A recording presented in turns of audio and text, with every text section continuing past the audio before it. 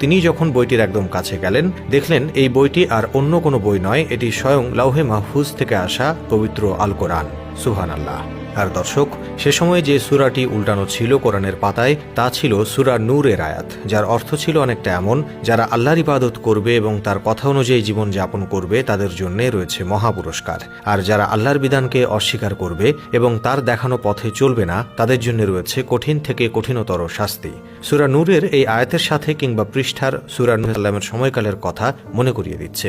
নূহ আলাইহিস সালাম প্রায় 1000 বছর তাদের কাউকে আল্লাহর দিকে দাওয়াত দিয়েছিলেন, কিন্তু তার কওমের মানুষরা এতটাই অবাধ্যপূর্ণ ছিল, তাদের কানে এই হেদায়েতের বাণী পৌঁছেনি। আল্লাহ পাক বলেন, তারা যেন তাদের কানে কোনো অদৃশ্য পাথর দিয়ে বন্ধ করে রেখেছিল।